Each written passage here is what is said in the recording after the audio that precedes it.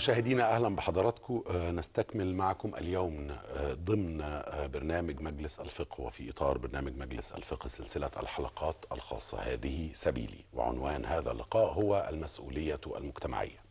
للحديث عن هذا الموضوع يتجدد لقاؤنا اليوم مع العالم الجليل الأستاذ الدكتور سعد الدين هلالي، أستاذ الفقه المقارن بجامعة الأزهر. أهلا بحضرتك يا دكتور. بارك الله فيكم كل المشاهدين والمشاهدات. ماذا عن المسؤولية المجتمعية؟ دي الحلقة الخامسة في سلسلة حلقاتنا هذه سبيلي. هذه سبيلي إشارة إلى قول الله عز وجل: قل هذه سبيلي أدعو إلى الله على بصيرة أنا ومن اتبعني وسبحان الله وما أنا من المشركين. بينا إن سيدنا النبي ربنا أمره إنه يعلن للبشرية طريقه إيه، هدفه إيه، منهجه إيه، رسالته إيه.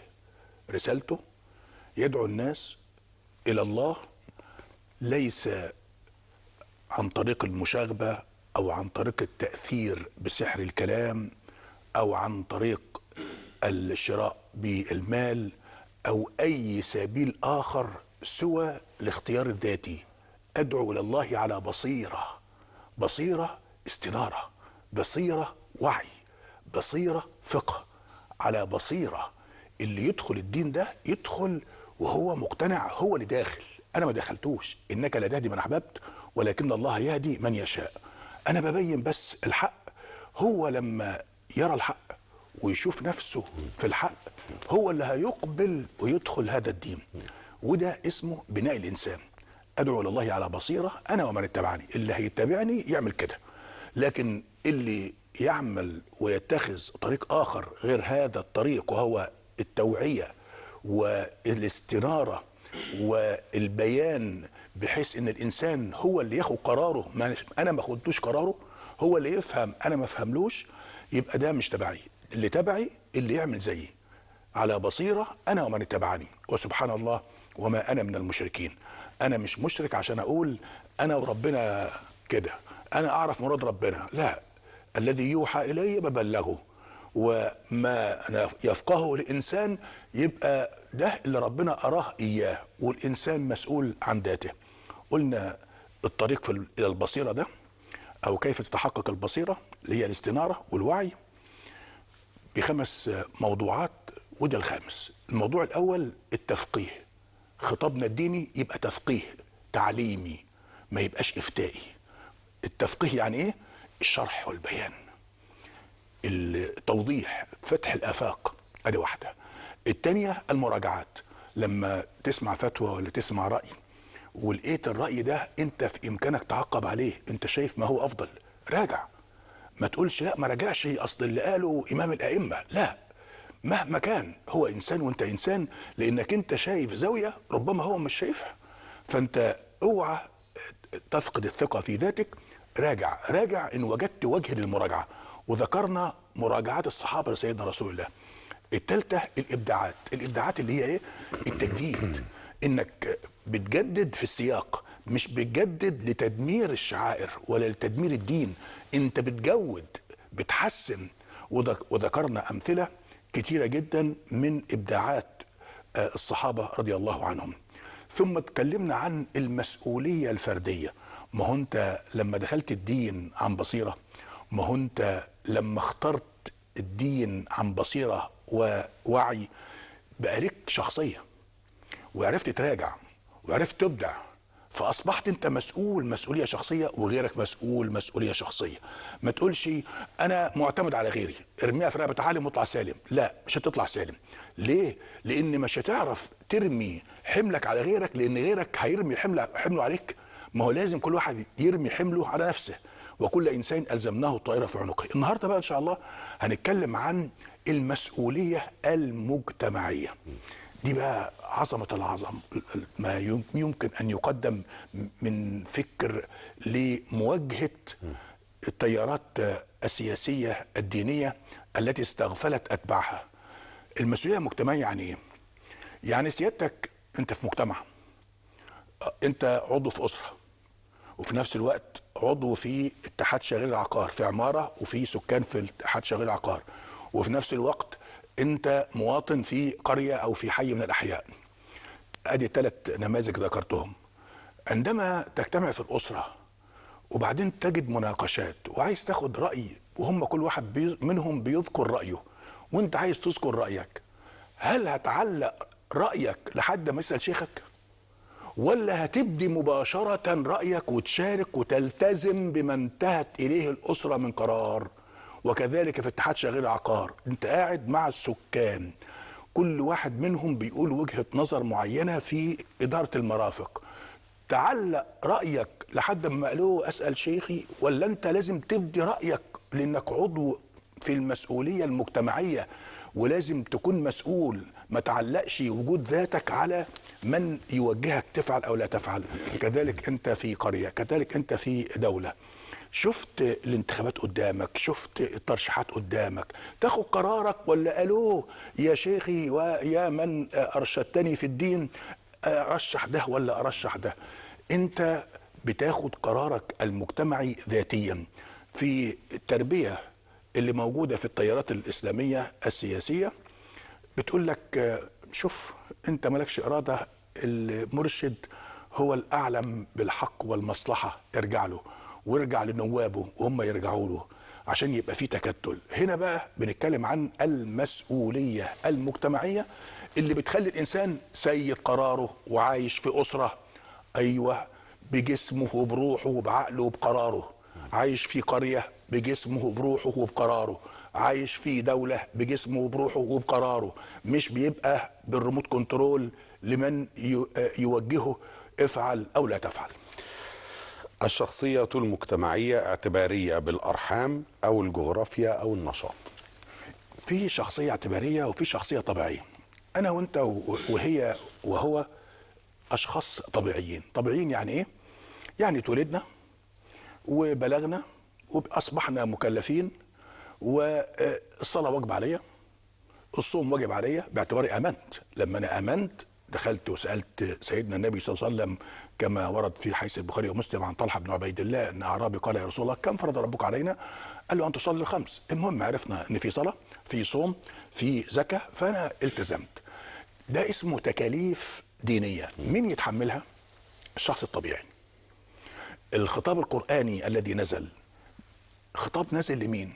للشخص الطبيعي، سيادتك المكلف، البني ادم المكلف الطبيعي. في بقى حاجه اسمها شخصيه اعتباريه. يعني ايه شخصيه اعتباريه؟ يعني الاسره اللي انا فيها زوج وزوجه واولاد، القريه اللي انا نشات فيها افراد رجال ونساء وجميع الاعمار الى اخره في القريه، وفي واجب مجتمعي زي عزا ولا زي فرح ولا بناخد القرار ازاي؟ وكذلك في الأسرة بناخد القرار ازاي؟ فبنسمي القرية دي اسمها شخص اعتباري. جمهورية مصر العربية شخص اعتباري. الشركة التجارية الفلانية شخص اعتباري. الأسرة أسرة فلان شخص اعتباري. لكن أفراد الأسرة أشخاص إيه؟ طبيعيين. يعني أنا لوحدي شخص طبيعي، زوجتي لوحدها شخص طبيعي، ابني لوحده شخص طبيعي، بنتي لوحدها شخص طبيعي. لكن إحنا كلنا كمجموعة اسمها أسرة فلان. الأسرة دي شخص إيه؟ اعتباري، شخص اعتباري. السمعة الكاملة دي بتمثل كل مسؤولية الكل، صح؟ سمعة الأسرة مين مسؤول عنها؟ الكل. نفس الأمر القرية، زي نفس الأمر الدولة. أنا مواطن وأنت سيادتك مواطن. أنت كفرد شخص طبيعي وأنا كفرد شخص طبيعي وهي شخص طبيعي، لكن كلنا بين إيه؟ مصريين، دولة مصر. يبقى احنا كلنا مسؤولين عن اسم الدولة. ده اسمه شخص ايه؟ اعتباري. الشخص الاعتباري غير مكلف دينيا، ربنا ما خطبوش دينيا، يعني ما قالوش عليك صلاة ولا صوم. الصلاة والصوم على مين؟ على الشخص الطبيعي. الشخص الطبيعي. 2، لما نزل الهدي القرآني لم ينزل الهدي القرآني للشخص الاعتباري. الشخص الاعتباري أفراد وكل فرد سيد قراره، ولكن لما نزل الهدي القرآني نزل لمين؟ لأشخاص ايه؟ الطبيعيين. يترتب عليه ان في الشخص الاعتباري نيجي نتحاكم لمين؟ بنتحاكم لاتفاقاتنا، سواء كانت اتفاقاتنا مكتوبة زي العقود او اتفاقاتنا غير مكتوبة زي الأعراف. لكن في الشخص الطبيعي نيجي نتحاكم لإيه؟ أنت لوحدك وأنا لوحدي. أنت هتقول أنا هتحاكم إلى كتاب الله، وأنا بقول لك أنا كمان هتحاكم إلى كتاب الله. لكن سيادتك فسرت كتاب ربنا الآية دي بتفسير غير التفسير بتاعي، زي والذين يتوفون منكم ويذرون أزواجا وصية لأزواجهم متاعا إلى الحول غير إخراج فإن خرجنا فلا جناح عليكم. الآية أنا وأنت بنقراها، وأنا وأنت بنتعبد بيها، وأنا وأنت مؤمنين بيها، لكن سيادتك قلت لا، الآية دي منسوخة. فإن خرجنا فلا جناح عليكم، المرأة التي مات عنها زوجها ما تخرجش ل4 شهور 10 أيام مدة العدة. أو ما أقول لك الآية بتقول فإن خرجنا فلا جناح عليكم، أنا مؤمن بهذا التفسير اللي قالت بيه عائشة وعلي بن أبي طالب وجابر بن عبد الله وعبد الله بن عباس والحسن البصري والمذهب الظاهري، وكثير من الفقهاء قالوا بيه وأنا مقتنع بيه. تقول لا، أنا مقتنع بالمذاهب الأربعة اللي قالت لا، الآية دي منسوخ العمل بها فإن خرجنا فلا جناح عليكم. أصبحت الآية واحدة وتفسيرها إيه؟ تفسيرها مختلف. سيادتك حر وأنا حر. طيب ده في الحالة نهي، في الحالة لما يكون التكليف فردي. طب احنا بقى عايزين نعمل قانون، عايزين نعمل ايه؟ قانون. القانون ده هيجمعني وانت. ينفع واحد فينا يقول انا اللي اعلم بمراد الله، كلمتي تمشي عليكم لان كلمتي انا مراد الله عندي نفذوها على الناس؟ طب مراد الله حقك تفهمه وحق غيرك يفهم. اذا عندما نتوافق على قانون، القانون ده بيكون بايه؟ بالتراضي. كل واحد فينا لا يزايد على الآخر في دينه مع الله وإخلاصه مع الله. لكن احنا هنا في الشخص الاعتباري، عندما نطلع قانون للشخص الاعتباري ولا الشخص الطبيعي؟ الشخص الاعتباري اللي هيلزم للمجتمع كله. للمجتمع، هو ده اللي هيلزم، وده اللي سيدنا النبي عمله.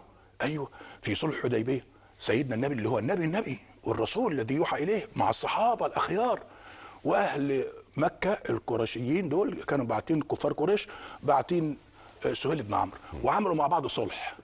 الصلح ده سيدنا النبي قال لهم أنا النبي وقال الله عليكم السمع والطاعة، ولا لما قال امحوا رسول الله فمحاها وقال أنا محمد بن عبد الله وتعامل معهم بصفته مواطن أو بصفته إنسان والتاني إنسان، واتفقوا سوا بحكم الأعراف والمعادات الإنسانية؟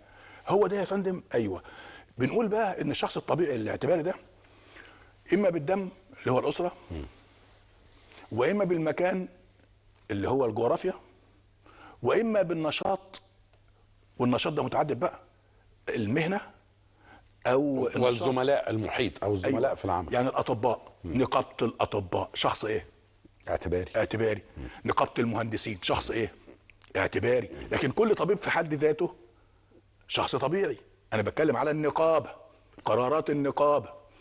كمان الحزب، سيادتك لو انت دخلت حزب من الاحزاب المعمول بها في مصر، فانت عضو في الحزب وزميل لك عضو في الحزب، انت كل واحد منكم شخص طبيعي. لكن عندما نتكلم عن الحزب اللي انت عضو فيه وهو عضو فيه، اصبح الحزب ده هو الشخص الاعتباري لكم.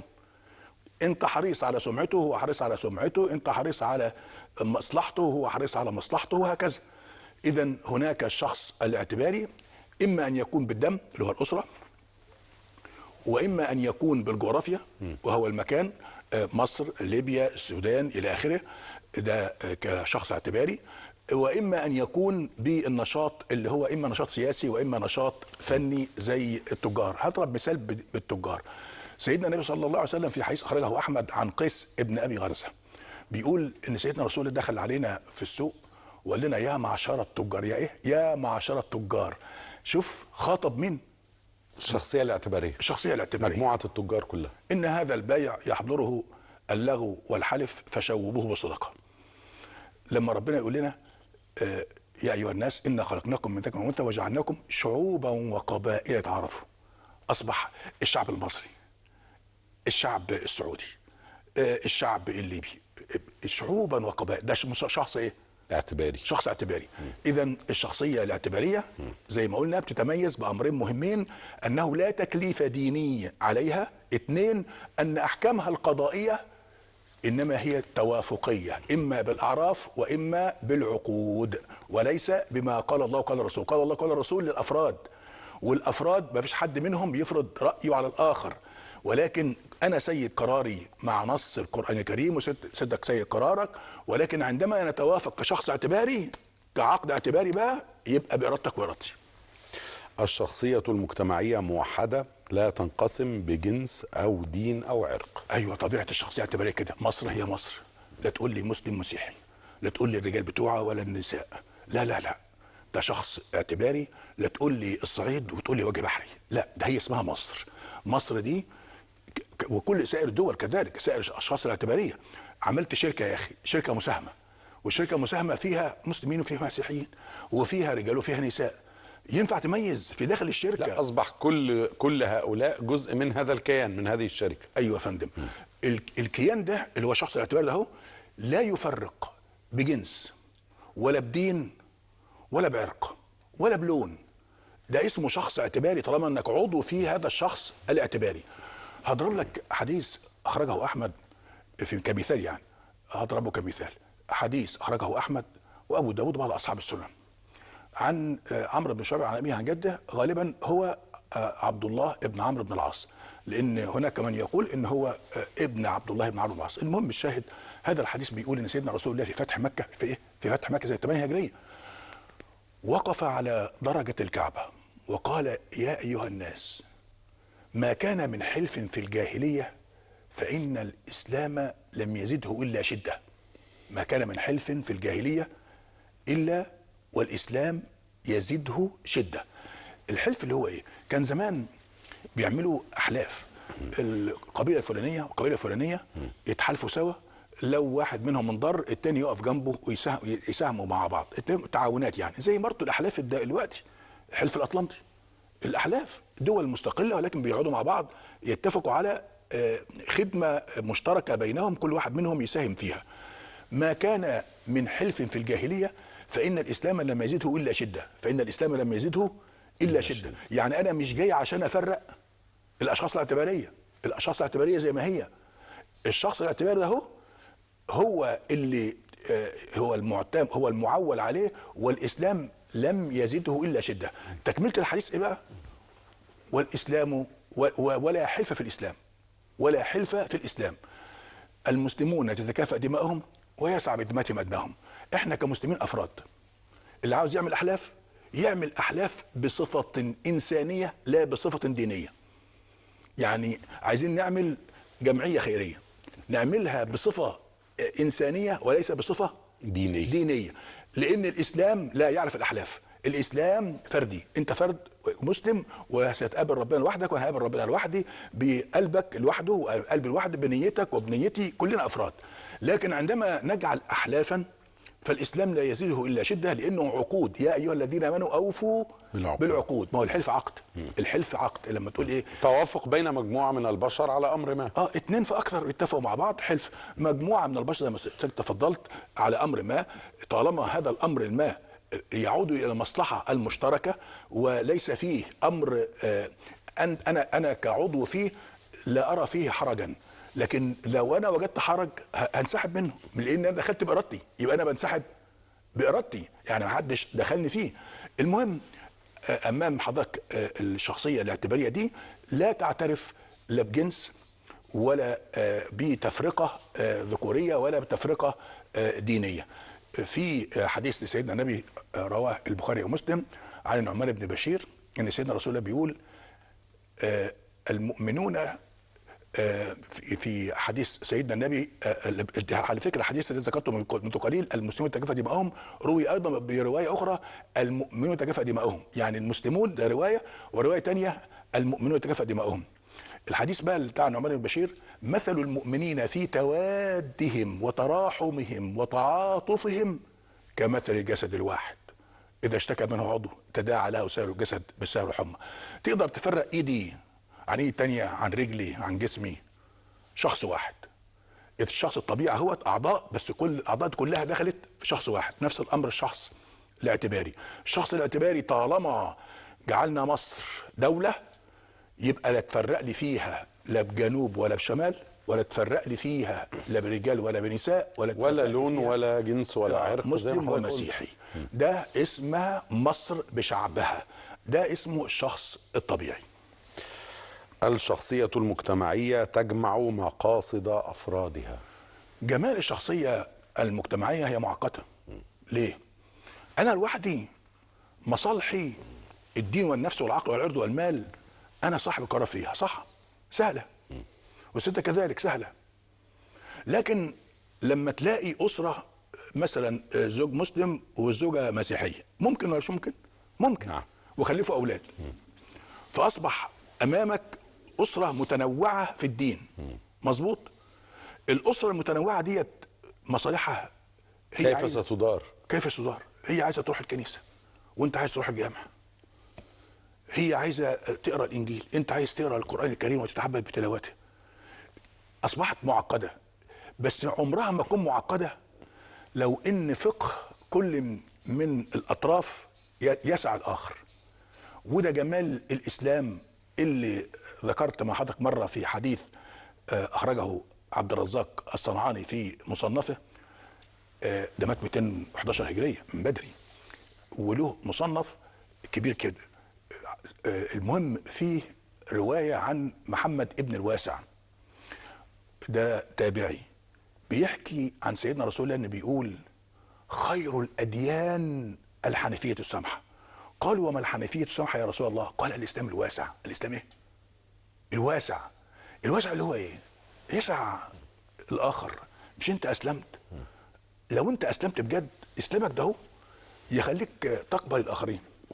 وده اللي ترجمه علي ابن بندار النيسابوري اللي مات 359 هجريه، بيقول لابنه: يا بني اياك والخلاف مع الخلق، فمن ارتضى الله به عبدا فرض به اخا. ربنا خلق البشر دول كلهم عبيده، اعتبرهم كلهم اخواتك. صدرك لو اتسع هذه الساعه هتلاقي الدنيا بقت سهله. فالشخصيه الاعتباريه هي معقده لان مصالحها مختلفه. الرجل له طلبات والمراه لها طلبات، المسلم له طلبات، المسلم في الشخصيه الاعتباريه، والمسيحي الشخصيه الاعتباريه. ما هو الشخصيه الاعتباريه تجمع مسلمين وتجمع مسيحيين مثلا في دولتنا، بنتكلم عن دولتنا كمثال. طيب احقق المصالح دي كلها ازاي؟ عظمه الشخصيه الاعتباريه انك تجمع كل المصالح دي بما لا يغضب احد. ازاي؟ عبقريه بقى، ما دي محتاجه العبقريه. ازاي اخد القرار، ازاي اخد الحكم القانوني، ازاي اخد التصرف الاداري اللي ما يثيرش غضب احد. انا مش بتكلم على احد كل احد، لا، في الجمله. اصل يستحيل ترضي كل 110 الناس. مليون، لكن ممكن ترضي 80 مليون 90 مليون من ال 110. هتبقى دي الاغلبيه والكل حاسس بارتياح. ال 10 20% التانيين دول اللي حاسين بالمظلوميه سلواهم ان ال 80% راضيين وسعداء، فيقولوا ايه؟ خلاص، طالما ده رأي الأغلبية أو الناس العدد الأكبر هيستفيد، يبقى خلاص. احنا مضحيين. اذا كان سعاده ال 80% على حسابنا احنا راضيين. ما هو دي نظريه معروفه لواحد اقتصادي شهير اسمها نظريه ال 20/80. ال 20/80 دي ايه؟ ان دايما القاطره يقودها 20% وال80 المنتفعين. فتجد في كل المنتجين اللي بيجيبوا الدخل 20%، وال80% بياكلوا على حساب مين؟ ال 20%. إيه سيادتك مثلا انا مسؤول عن اسره، الدخل اللي باخده بيصرف على مين؟ على الاسره. كم واحد معايا في الاسره او واللي حواليا؟ فواحد بينتج ولكن انتاجه لا 4 أو 5. لا 4 أو 5. فده نظريه ال 20/80 اللي بيقولوا عليها يعني، او تفسيرها ببساطه. فنفس الامر لما انت خدنا قرار جمعي بان الحكم الفلاني هنطبقه او القرار الفلاني هنطبقه، لكن هيضر 10% من ال 100 مليون. فال 10% يقولوا ايه؟ احنا الضحيه من اجل سعاده 90 مليون. ما يزعلوش. لكن امتى يزعلوا بقى؟ لما تجد الغضبانين نسبه كبيره، نسبه عاليه. اذا من اتخذ القرار لم يكن حكيما، لانه اخذ قرار يثير حفيظه الأغلبية. أنت مسؤول عن كل الشعب، مسؤول عن كل الناس. وزير مع وزارته هو مسؤول عن كل وزارة، مش مسؤول عن المسلمين فيهم ولا المسيحيين اللي فيهم ولا الرجال اللي فيهم ولا النساء اللي فيهم، مسؤول عن كلهم. نفس الأمر كل شخصية اعتبارية بتراعي مصالح أفرادها جميعا قدر استطاعة. ما قدرتش بتنزل بما يعرف في القواعد الفقهية الضرر الأخف يقدم على الضرر الأعم. الضرر الأخف يقدم على الضرر الأعم. يعني نسبة ضرر بسيطة ونسبة نفع كبيرة، يبقى أخد إيه؟ بهذا الاختيار. صحيح. في قاعدة فقهية تانية يعني تقول إيه؟ درء المفاسد مقدم على جلب المصالح. يعني لما يكون في مفسدة أنا أبعدها ومش مهم المصلحة، بس لو كان مش مهم المصلحة هيضار فيها عدد كبير، أصبحت مفسدة ولا مش مفسدة؟ نعم. ما هو عدم وجود المصلحة مفسدة، يمثل ضرر أيضا، يمثل مفسدة. إذا هي المسألة محتاجة عبقرية ومحتاجة والتجارب على فكرة بتعلم. نعم. التجارب بتعلم. الرسالة الأخيرة في محور المسؤولية المجتمعية. المسؤولية المجتمعية فرع عن فرض الكفاية للحقوق والواجبات. علشان الناس ما تقولش الشخصية الاعتبارية ديت بدعة وأول مرة نسمع عنها، بقول هي كانت موجودة منذ الأزل، ولكن التعبير عنها فقط هو المصطلح الذي ظهر. يعني لما الفكرة نفسها كانت موجودة، أيوة، الممارسة دي كانت موجودة بس ما كانش بيستخدم المصطلح لما سيدنا ده. النبي يقول يا معشر قريش اشتروا أنفسكم من الله، ده في البخاري ومسلم، كده خاطب قريش. قريش ديت فرد ولا أفراد؟ أفراد. قبيلة كبيرة، ده أكبر كبيرة، أكبر قبيلة. فهذه القبيلة الكبيرة النبي قال لهم قريش. أصبح كلمة قريش تصلح لمين؟ لكل قرشي، اللي هم المئات أو الآلاف اللي موجودين. الشخصية الاعتبارية دي كلها. إذا ده شخصية اعتبارية وشخصية اعتبارية. شخصية اعتبارية. هذه الشخصية الاعتبارية اللي احنا بنتكلم عنها دي موجودة منذ القدم، ولكن احنا لأن عشنا في الخطاب الديني فظننا إن الخطاب الديني هو أول خطاب تعليمي للإنسانية. دي مشكلتنا يا فندم. ظننا أن سيدنا رسول الله الخاتم هو أول من أتى بالعلم والنور، وأول من أتى بالبيان والفقه، وأول من فتح عقول الناس للفهم، وكأن البشرية من قبله لم تكن لها حضارات أو تجارب. لكن لا، ده سيدنا النبي جاي يؤكد ويجيب مختصرات، المختصر المفيد لكل السابقين، في عبارات منمقة، في عبارات رصينة. في النص القرآني اللي هو جوامع الكلم. جوامع الكلم يعني النص البسيط ومعانيه متعددة. فده احنا كان في خطابنا الديني كنا بنتكلم على حاجة اسمها فرض الكفاية. يعني فرض الكفاية نقول إذا قام به البعض. سريعا إذا أمكن يا دكتور، لأن احنا تجاوزنا وقتنا، اتفضل. سقط الذنب عن الباقين. هضرب مثال بصلاة الجنازة. فبنقول واحد مات، لو واحد ولا اتنين تلاتة راحوا صلوا عليه خلاص مش مطلوب من، لكن لو ان الكل امتنع عن الصلاة عليه وهو يستحق الصلاة عليه وكلنا امتنعنا، يأثم مين؟ يأثم كل من علم ولم يصلي عليه، لأن صلاة الجنازة فرض كفاية. نفس الأمر وجود مهندسين، وجود أطباء بما يحقق المصلحة في المجتمع فرض كفاية. فاحنا كنا بنذاكر حاجة اسمها فرض الكفاية يصلح لمين؟ للمجموع. هو ده الشخصية الاعتبارية. للأسف وقتنا مش هيتسع المزيد، لكن في نهاية هذا اللقاء بشكر حضرتك شكرا جزيلا لك الأستاذ الدكتور سعد الدين هلالي، أستاذ الفقه المقارن بجامعة الأزهر. شكرا جزيلا لك. وحضرتك طيب. وصلنا معكم لختام هذه الحلقة من حلقات مجلس الفقه. شكرا لحضراتكم على المتابعة وإلى اللقاء.